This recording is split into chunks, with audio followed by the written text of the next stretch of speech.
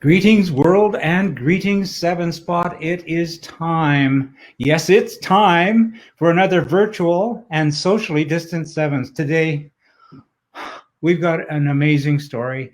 I was just commenting that, this is really the stuff about why I created SevenSpot. It's not just about our cars. It's really about the story of our lives and how our sevens are the interface that helps us tell our story. To which I'm going to shortly introduce Gary Taylor, who's got a terrific story. But I will say this, that Gary foolishly put some pictures of his Westfield on SevenSpot, which of course made him fair play for me. So I asked him if he'd like to do a live stream, and to my surprise, he immediately responded and said, yeah, let's go for it. And I'd like to have a little bit of show notes. So what I did is I asked Gary, how did you come by your seven? Did you buy it or was it a kit? And I also added, congratulations, Gary. You will be the first English person, virtual and socially distanced seven. Congratulations on that. Anyways, he wrote back, ha, ha, ha, how long have you got? In 1960, my father came back from Germany, the RAF.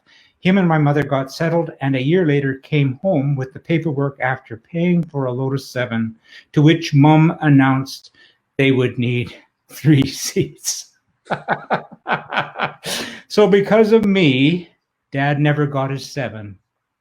Forward on a great number of years, and I built my Westfield as you can see him now. Unfortunately, Dad had just given up his driving license just before the Westfield was legally on the road. I surprised him with a visit, and we went out for the afternoon with 1,000,001 questions. Mom said later that Dad was just sitting waiting for his time, but that afternoon she saw the young car enthusiast that she had married come back. That's why my Westfield carries Dad's name, Tommy. It does choke me up, I'm sorry. To which I am going to turn the microphone and the camera over to you, Gary. Show us Tommy, if you would. Okay. Well, hello everyone. Here we go. Here's Tommy. He's sitting there. It's a Westfield Mazda SDV with clamshell wings, which I know's not to everyone's taste, but it is what we like, and it carries the ethos that my dad wanted. Mm-hmm. And as you see, all the way down here. Oh, that's awesome. So it's here. It took approximately, 18 months to build. Sauce in bits as I wanted them.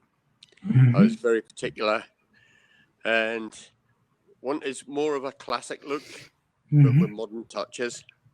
So although we have the classic styling, we've got JK composite seats. Yes. We have a carbon dashboard with Wi-Fi steering controls. Wi-Fi steering controls, that's nice. The steering wheel can come off and you still retain the use of all the buttons. Fabulous. To say that we've enjoyed the car is to put it mildly. It's taken us all around Scotland, the length of the UK, and it even took us abroad to Switzerland, where we did 3,500 miles in 2 weeks. Wow. I love the headlamps. Do you mind if I ask you about those? No, by all means. We've got these LED headlights just to improve the normal 5 3/4 inch headlights. Right. About as much use as a candle flickering in the wind. Yeah.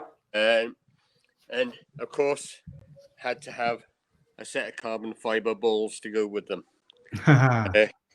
So, like I said, we have classic styling, but with modern upgrades. Absolutely fabulous. I love it. Of course, I would ask you the pointed question: are you a fan of clamshells, or are you a cycle wing type of guy? But I think I know the answer. Yeah, definitely clamshells. We started off, and the plan was to make a good touring car. Mm-hmm. My wife and myself enjoy the touring.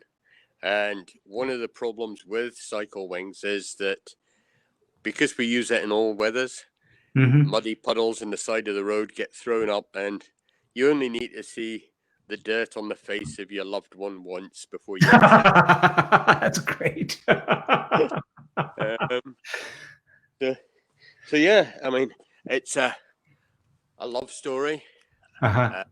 a story of memory, if you like. Yeah. Like I said, and like you read out, Dad had served in the RAF, took part in rallies, go-karting, circuit racing back in the day. Yeah. Then when they came here and got settled, Yes. first thing he did was put the deposit down and paid for his Lotus 7. And as you read out, I was the reason he didn't get one. So we're building it. We managed to keep it away from my dad. Uh-huh. So, and like I said, he lost his license. Well, he turned it in.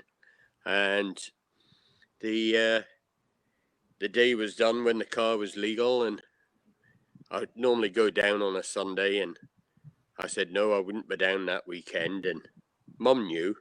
Uh-huh. So down the road, turned the engine off quietly, rolled into the drive and rang the doorbell. And of course, Mum made an excuse why Dad had to answer the door, and from a man that was sat and had really given up on life, we really went to a point where one of the things with dementia is they remember things from the past very well.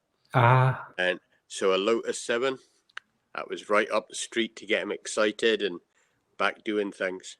Oh, that's where the 1,000 questions came from. Oh yes, he wanted to know how I built it, what engine was in it, what we'd done, where we were going, why he hadn't been told. And then, of course, he had to be taken out in it. And yeah, a mother and a wife being very protective, she says, now, just take care. And we got about 100 yards, and my dad leant across and he said, I thought I taught you better than that. So we had rather a spirited drive that afternoon. Very good. Lovely, lovely, lovely. What a terrific story. Oh, that's just awesome. I love your car. Thank you so much. Oh, thank you so much. I mean, yeah, I don't have words. It's just, this is the stuff that we all live for on SevenSpot. At least I do, because we can all compare the nuts and bolts and the tires and the carburetors and the fuel injection and everything else of everybody's 7, but it's the stories, it's the connection. This is fabulous.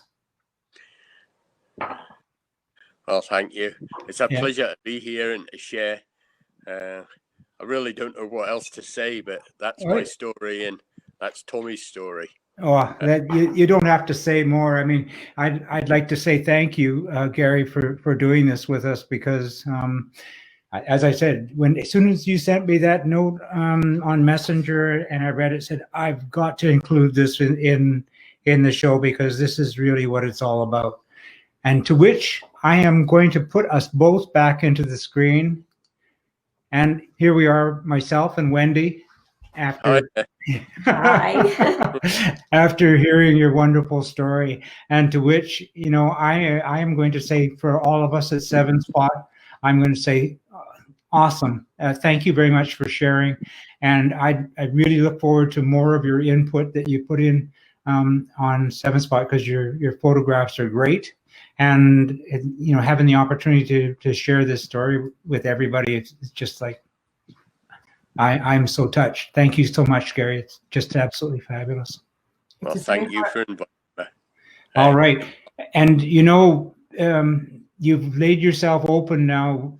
You can expect to be pestered by us more and more and more. And who knows, you may be virtually and socially distant in your 7 again on SevenSpot.